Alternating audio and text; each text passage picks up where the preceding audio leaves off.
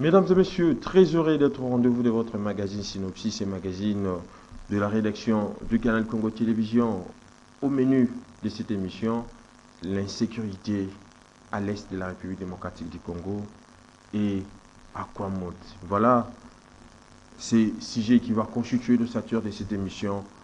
Edika Béari soit pour vous, Corneille Moulouba. Il est cadre de l'Union pour la démocratie et le progrès social. On lui appelle communément le pionnier de l'UDPS. Monsieur Corneille Moulouba, comment vous allez? Je me porte bien, mais c'est le pays qui se porte mal. Les pays Moi, je me porte bien. Corneille Moulouba, vous êtes invité dans cette émission pour décrypter l'actualité politique bouillante de l'ère en République démocratique du Congo. Comme vous le savez, l'actualité reste dominée par la problématique de l'insécurité. Partout, l'insécurité. À l'est de la République, à l'ouest, à Kinshasa, partout, on nous parle de l'insécurité. Vous, en tant que politique, comment interprétez-vous cette problématique de l'insécurité? On ne peut pas parler d'insécurité de manière aussi vague.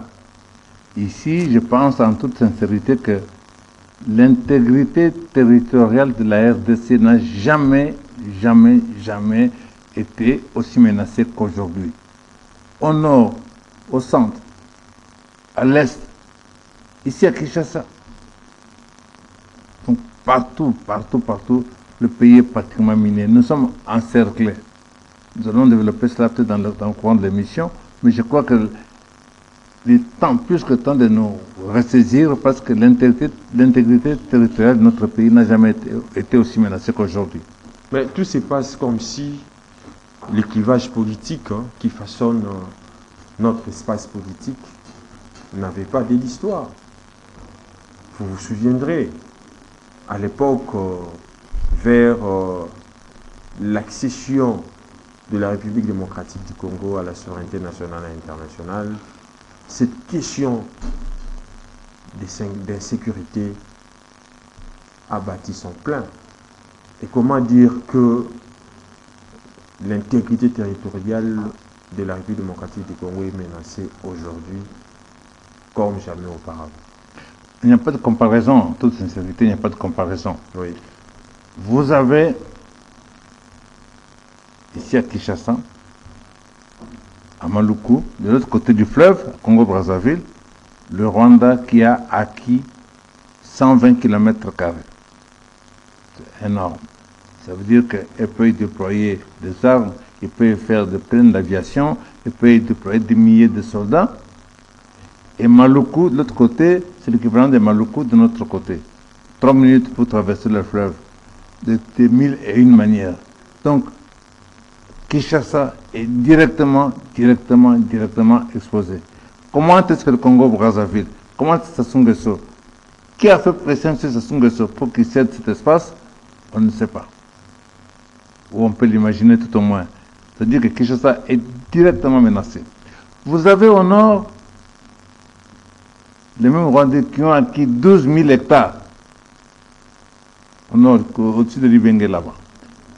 Ça veut dire que là aussi on peut en faire 12 000 hectares, c'est énorme. On peut aussi déployer des milliers de soldats, on peut déployer des équipements, des véhicules et tout ce que vous voulez. Vous avez bien sûr le Bunagana qui est pris, mais vous avez notre pays, la RDC, qui a signé librement l'adhésion de notre pays à l'EAC. Oui. L'EAC qui prévoit dans ses statuts qu'il constitue un seul pays. Donc notre pays, la RDC, serait un seul pays avec le Rwanda, avec l'Ouganda, avec tous ces pays, la Kenya et compagnie. Et nous avons signé des papiers, des accords pour que les troupes de ces pays puissent entrer dans notre pays librement. Nous-mêmes, nous avons autorisé ça. Alors, si les troupes kenyanes, si le Kenya, le Rwanda, l'Ouganda, le Burundi ont derrière eux les États-Unis d'Amérique, qui sont les grands financiers de la MONUSCO qui a un budget officiel de 1,5 milliard, sans compter tout le reste et toute la logistique, comment notre armée va se battre à l'est, à l'ouest, au centre et au nord? Donc, je crois on n'a jamais connu ça. Notre pays est aujourd'hui menacé dans nos intégrité. Mais vous oubliez que la République démocratique du Congo constitue aujourd'hui l'enjeu international. Et dans cet enjeu, les Occidentaux trouveront plutôt leur compte au Rwanda qu'en République démocratique du Congo. Outre le fait évoqué, M. Corneille Moulumba, dans tout ce qui se passe, à qui incombe la faute? Mais ceux qui dirigent le pays, bien sûr, il n'y a pas à discuter là-dessus. Ceux qui ont la décision politique, ceux qui ont la décision militaire, ceux qui ont la décision de notre sécurité. Tenez. Oui. On a précipité, vous parlez en fait, quand vous dites que la faute doit incomber aux autorités, analysons un peu le fait. Ce qui se passe d'abord au niveau de l'armée. On a précipité l'armée nationale dans la confusion. Comment? Pour initier l'armée, plusieurs instructeurs, plusieurs infiltrations. Plusieurs infiltrations, bien évidemment, parce que vous avez suivi.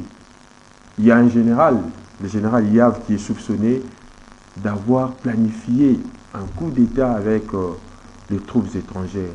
Tout ceci, la faute doit nécessairement incomber à l'État, alors que il faut un resserrement national, une dynamique interne, afin de bouter l'ennemi dehors. Mais au moment où on cherche cette dynamique, les hommes politiques congolais sont divisés.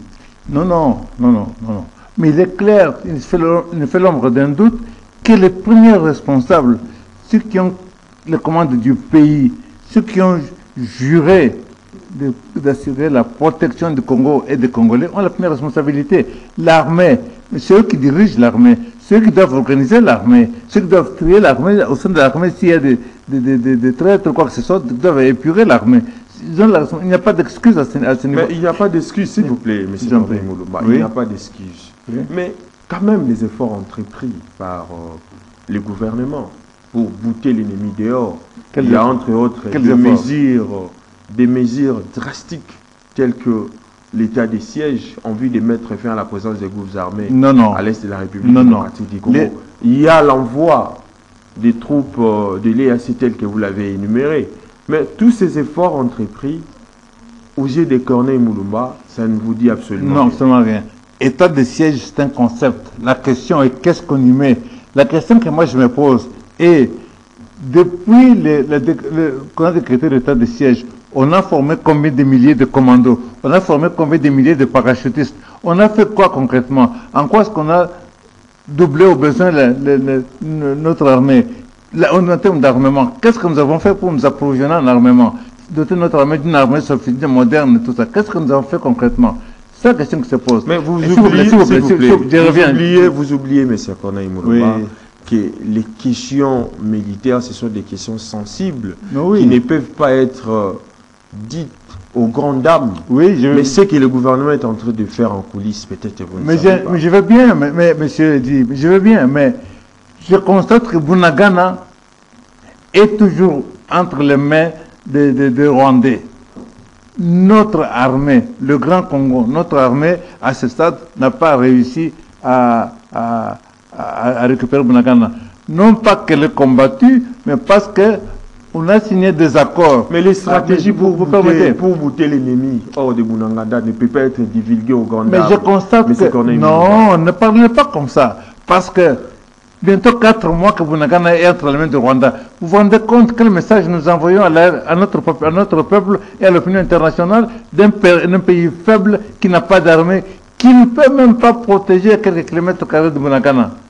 C'est ça le message qu'on envoie. Et en plus, lorsqu'on va signer des accords pour que les troupes de l'EAC, comme vous l'avez dit, viennent sur notre territoire, alors on ne peut pas parler alors d'agression puisque nous avons signé. Quand on parle du général Yav en question, mais Yav, avec quel pays il est en complicité? Est-ce que c'est avec un de ces pays de l'EAC ou bien avec... Parce qu'on n'a pas cité le pays avec lequel il est en complicité. On ne l'a pas cité. Est-ce que c'est avec un de ces pays de l'EAC ou pas? En tout cas, je suis très inquiet pour mon pays. vous comprendrez. Je suis très inquiet parce qu'on n'a jamais été aussi menacé. Alors, comment dirais-je, si il y a des politiques, s'il y a des stratégies, mais on aurait bouté ces gens-là dehors depuis longtemps de Bunagana. Et ça fait bientôt 4 mois qu'on va vers le 4e mois. Alors, on va me tenir le discours. Ça n'a pas de sens. Notre pays est en insécurité majeure. Monsieur Corneille Mulumba, il y a un certain nombre d'éléments qui paraissent y déterminer nos malheurs aujourd'hui. D'une part, il y a l'attrait de nos richesses du sol et du sous-sol. D'autre part, il y a également la position stratégique du Congo au cœur de l'Afrique. Vous ne voyez pas que ces 2 facteurs expliquent des multiples problèmes dans nos affaires depuis 1960 jusqu'à ce jour, au lieu d'incomber aujourd'hui tout simplement la faute des autorités. Et dit, lorsqu'on veut prendre le pouvoir, et l'UDPS s'est battu pour qu'on dirige ce pays dans l'intérêt de la population congolaise, n'est-ce pas? On est conscient de ce que nous sommes un pays envié, nous sommes conscients de ce que notre pays a toutes ses richesses et qu'il est un enjeu géostratégique important. Mais pourquoi alors on a laissé l'UDPS de côté? Pourquoi est-ce qu'on a donné un coup de pied dans l'UDPS? Pourquoi est-ce qu'on a neutralisé l'UDPS? Parce que c'est des gens qui avaient déjà compris ça depuis très longtemps. Les enjeux sont là. Puisque nous savons, si dans votre maison vous avez de l'or, des bijoux, des valeurs et tout ce que vous voulez, vous protégez votre maison, vous l'équipez en conséquence, vous la sécurisez, c'est la moindre des choses parce que vous savez qu'il y a des voleurs qui vont rôder. C'est normal. Donc, et si vous occupez une position stratégique, c'est normal que vous soyez envié. Mais la RDC doit avoir une armée conséquente. 1, 2, 3 millions de soldats, nous pouvons les avoir, nous pouvons troquer nos minerais contre des armes pour nous équiper. C'est le devoir de ceux qui nous dirigent d'utiliser tous ces moyens. Mais M. Corneille Mulumba, hormis le fait d'être envié, M. Corneille Mulumba, la RDC s'organise quand même. Vous avez vu comment est-ce qu'on a donné l'embargo à ces pays qui veulent protéger sa souveraineté nationale. Mais vous ne pouvez pas vous inquiéter sur le fait que l'immobilisme de la communauté internationale face aux questions souverainistes de la République démocratique du Congo qui doit nous intéresser au plus haut point au lieu de s'attaquer carrément aux autorités. Monsieur Eddy, il n'y a pas de communauté internationale qui tienne la RDC, notre vie, la vie de notre peuple. Si nous dirigeons ce pays, ne peut pas dépendre d'une quelconque communauté internationale. C'est quoi la communauté internationale? C'est la France, la Belgique, c'est l'Allemagne, c'est le Bangladesh, c'est le Chili, c'est quoi la communauté internationale? Il nous appartient de nous organiser pour nous défendre. Et notre défense ne peut pas être négociée avec qui que ce soit. La RDC doit s'organiser, bien entendu. Oui. Mais il s'y pose également un problème. Oui. Pour s'organiser, on doit se battre avec quoi? Parce qu'au moment où la RDC s'apprête à acheter des armes pour se battre, il y a une décision d'embargo. Il n'y a aucun embargo qui tienne. Personne au monde, aucun pays au monde ne peut nous imposer un embargo. Tenez, on dit qu'il y a l'embargo sur la RDC, oui, n'est-ce pas?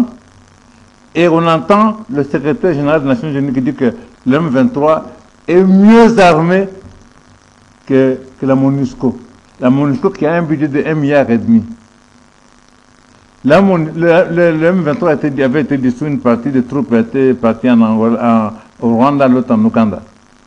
Comment se fait-il qu'en si peu de temps, ils sont reconstitués et ils sont armés de telle manière qu'ils sont même mieux armés? Mais vous ne voyez pas qu'il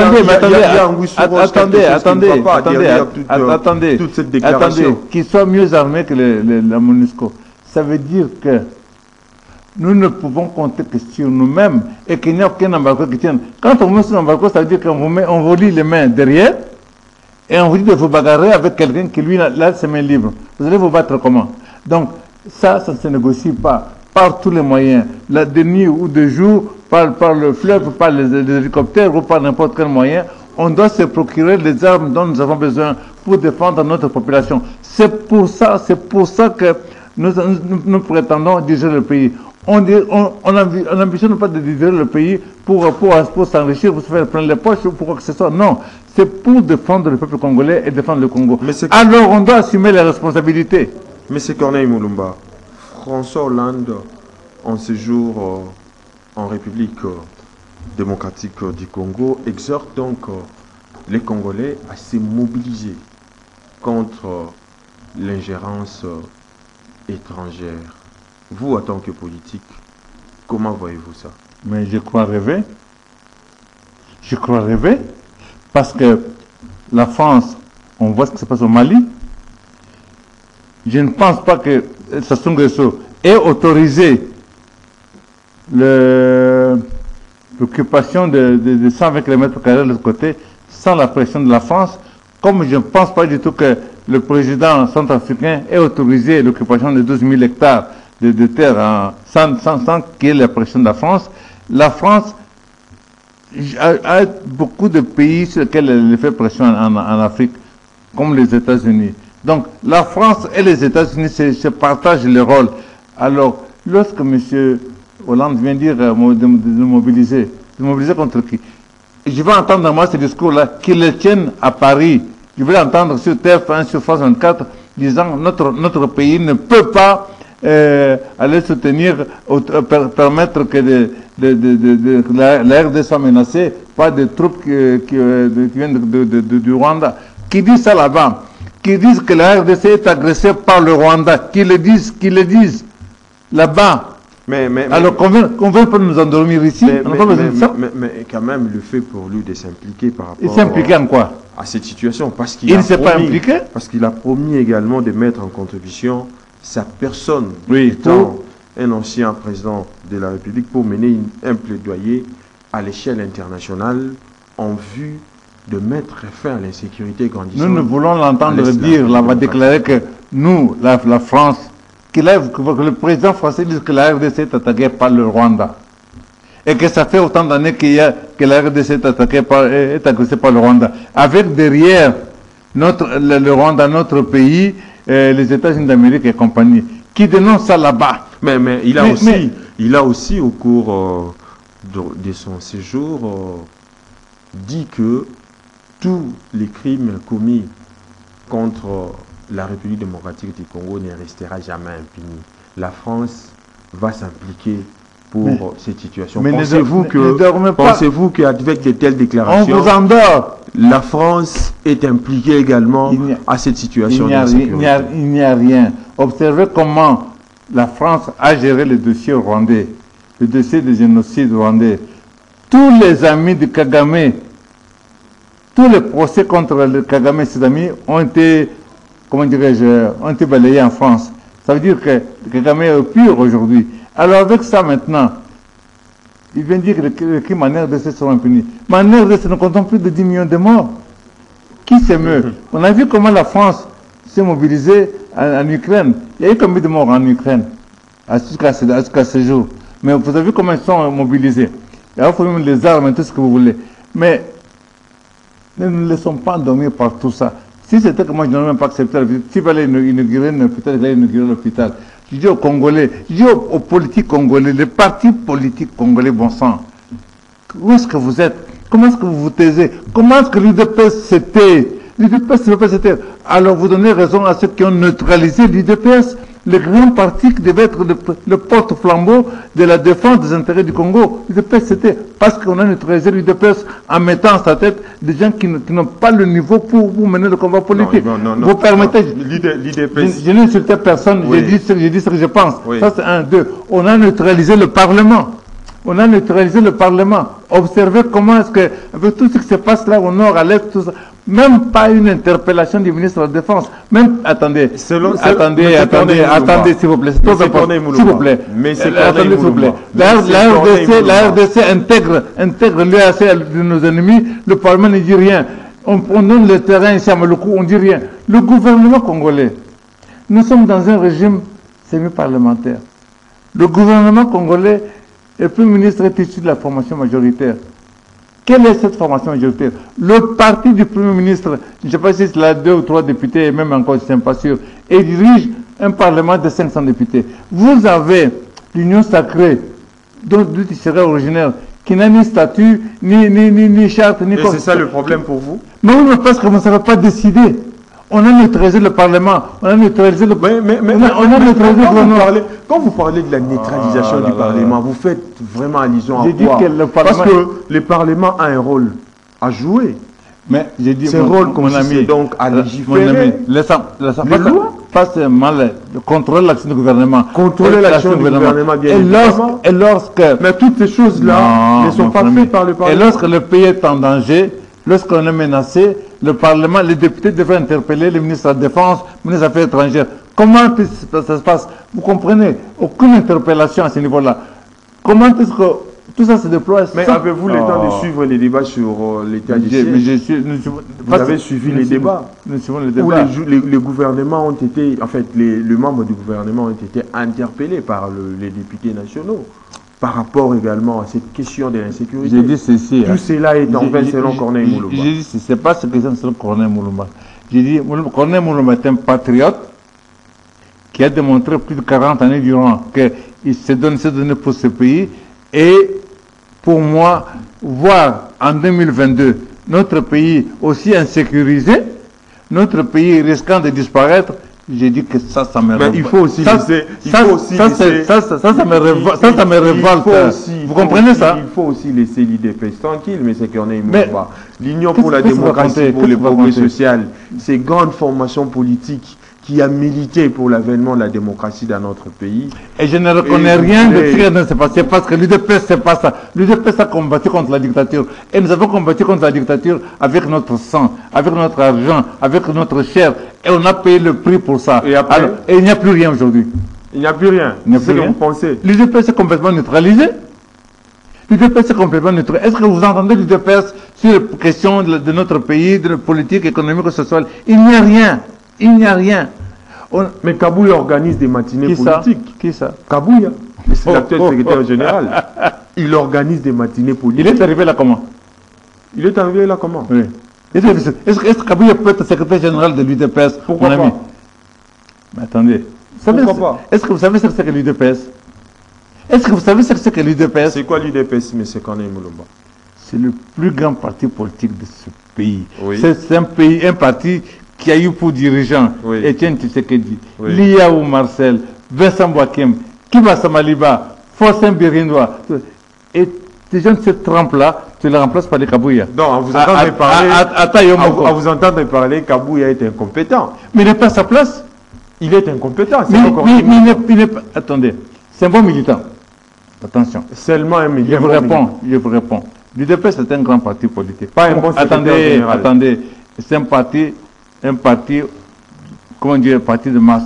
Dans le parti de masse, vous avez des pousseurs, vous avez des chauffeurs de taxi, vous avez même des receveurs de taxibus, vous avez des députés, vous avez des médecins. Vous avez Kabouya comme secrétaire général. Maintenant, si vous allez prendre un receveur de bus et que vous le mettez au poste de ceci ou cela, ça ne peut pas aller. Mais ça, c'est grave. Je n'ai pas dit que Kabouya était un receveur. Non. Non, je n'ai pas dit ça. J'ai dit seulement que Kabouya peut bien faire être un président cellulaire quelque part, mais pas président, pas secrétaire général. Le secrétaire général de l'UDPS, mon ami, est un potentiel premier ministre. C'est quelqu'un qui comprend les enjeux de la RDC, les enjeux nationaux, les enjeux internationaux. Est-ce que vous avez une seule fois entendu Kabouya parler des enjeux nationaux et internationaux? Il n'a pas la maîtrise sur. Non, je vous pose la question. Est-ce que vous avez une seule fois entendu Kabouya parler des enjeux de la nation? Mais c'est grave, mais c'est quand même. Non, mais je vous pose la question. C'est grave. Est-ce que vous avez entendu une seule fois? Lorsque vous voulez établir un parallélisme entre un grand secrétaire général comme Augustin Kabouya et un pouce-poussé. Non, j'ai dit ceci. L'UDPS n'est pas un parti comme les autres.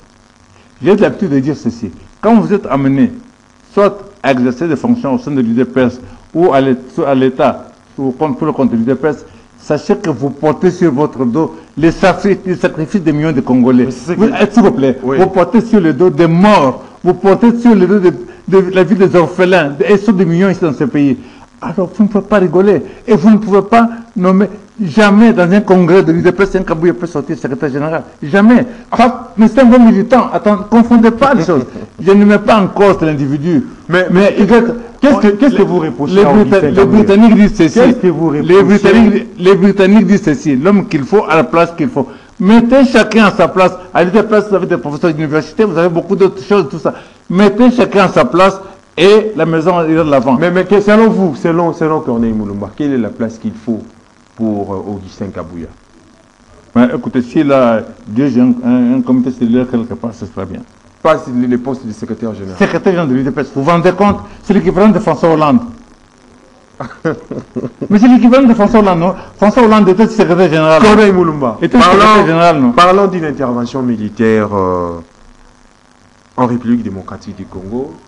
François Hollande, ancien président de la France, pense qu'il faudrait une force internationale d'action et non une force d'interposition pour pacifier l'Est de la République démocratique du Congo. Et quant au départ de la MONUSCO, l'ancien président français dit que la République démocratique, la situation de la République démocratique du Congo allait être pire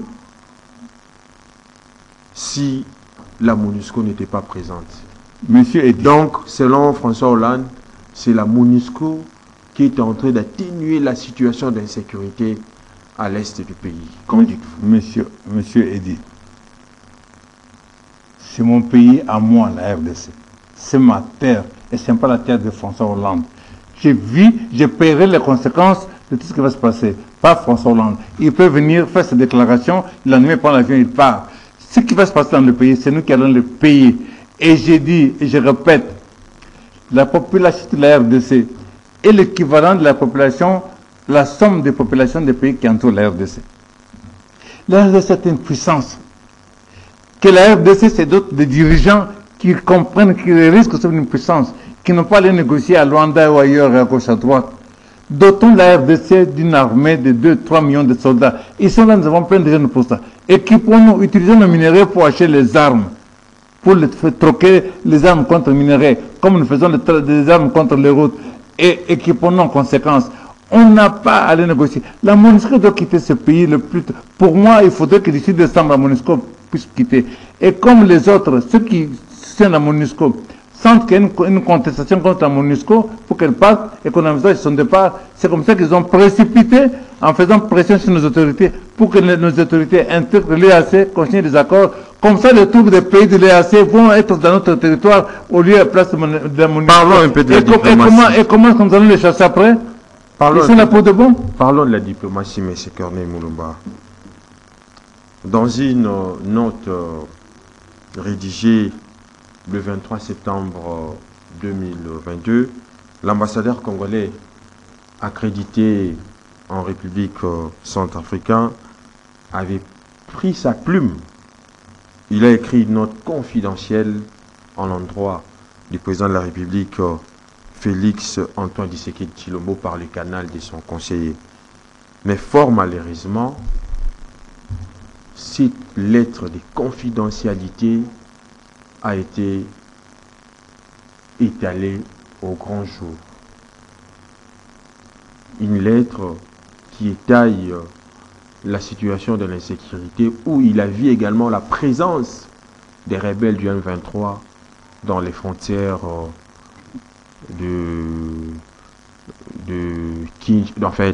la République démocratique du Congo du côté Zongo, Libenge, ainsi de suite. Vous, en tant que politique, est-ce qu'on peut imaginer qu'une question de confidentialité devait être mise au grand public alors que ça traite des questions sensibles, l'insécurité? Mais heureusement que cet ambassadeur a fait cela. Heureusement, pour alerter, pas seulement les autorités, mais alerter tous les Congolais parce qu'ils sont tous concernés. Je pense que j'ose espérer que nos services de renseignement étaient déjà informés de cette situation parce que c'est leur rôle. S'ils étaient informés, je suppose aussi qu'ils avaient pris toutes les dispositions pour renforcer la présence militaire congolaise le long de cette frontière-là. Comme j'ose espérer qu'ils ont fait la même chose du côté de Maluku là-bas. Parce que c'est une menace. L'ambassadeur a eu raison de le faire. Je le félicite pour ça. C'est d'ailleurs son rôle de le faire.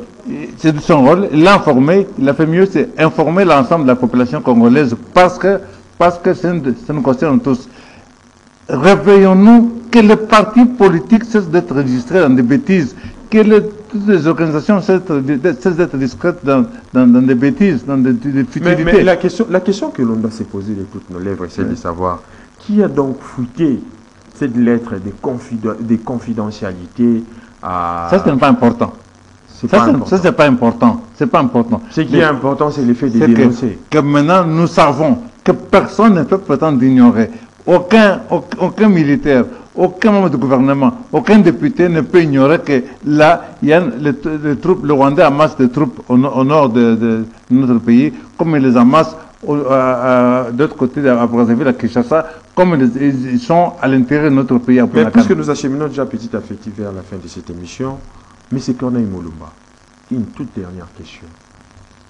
Vous ne voyez pas que la République démocratique du Congo paye les lots tribut d'une mission que l'ancien président Mobutu a veillé à faire à son époque, où il a joué le rôle du bouclier de la communauté internationale, qui a permis à ce que il puisse déstabiliser le Rwanda avec la mort d'Abiyarimana plutôt, le Soudan, l'Angola.